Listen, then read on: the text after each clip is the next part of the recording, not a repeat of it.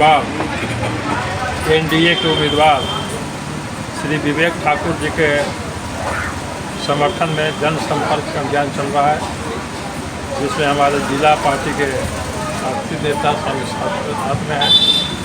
कई गांवों का भ्रमण हमने किया है। ये लगभग 6ठा या 7वां गाँव है जहां ये हम यहाँ बैठे हैं।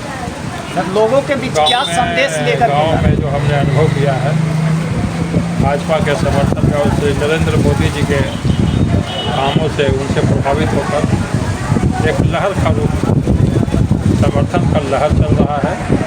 और जिस तरह से पिछले दिनों भी भारतीय जनता पार्टी या एनडीए उम्मीदवार यहाँ से जीते रहे हैं, इस बार भी श्री विवेक ठाकुर जी का जितना तय है, ऐसा हम जन समर्थन के आधार पर यह बात करते हैं।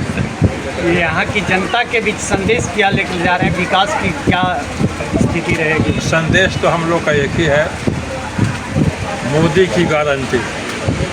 मोदी जी जो कहते हैं तो करते हैं। हमारी सरकार ने यानी नरेंद्र भाई मोदी जी की सरकार ने पूरे भारत का मान सम्मान दुनिया में बढ़ाया, भारत को विकास के रास्ते पर ले गए, भ्रष्टाचार मुक्त शासन उन्होंने दिया। पहले कांग्रेसी शासन और यूपीए शासन में जिस तरह से एनडीए अलायंस के पहले का जो नाम था यूपीए, उसमें दिन प्रतिदिन भ्रष्टाचार का आलम था। खुद राजीव गांधी कहते थे कि दिल्ली से चला हुआ 1 रुपया गांव के गरीबों तक मात्र 15 पैसा पहुंचता है और 85 पैसा रास्ते में रुक जाता है। सर श्री नरेंद्र भाई मोदी जी का ये देन है कि इन्होंने डायरेक्ट बेनिफिट ट्रांसफ़र अकाउंट में अगर 1 रुपया भेजा जा रहा है तो 1 रुपया लोगों तक पहुंच रहा है। ये सबसे बड़ी हमारी उपलब्धि है।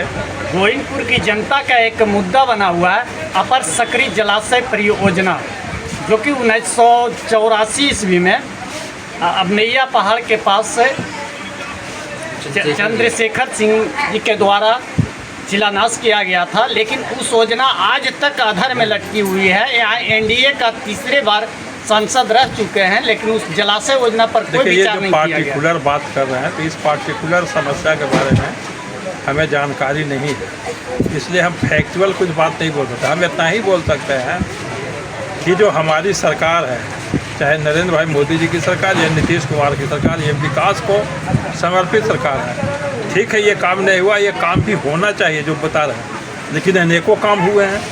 पहले गांव में नवादा जिला के अलावे कई जिला के किसानों को फायदा। कह रहा हूँ कि उस समस्या का समाधान होना चाहिए। हम इसका नैतिक भी समर्थन करते हैं और व्यवहारिक रूप से भी जहाँ कहीं भी अवसर आएगा तो मैं उसका आवाज़ उठाऊँगा।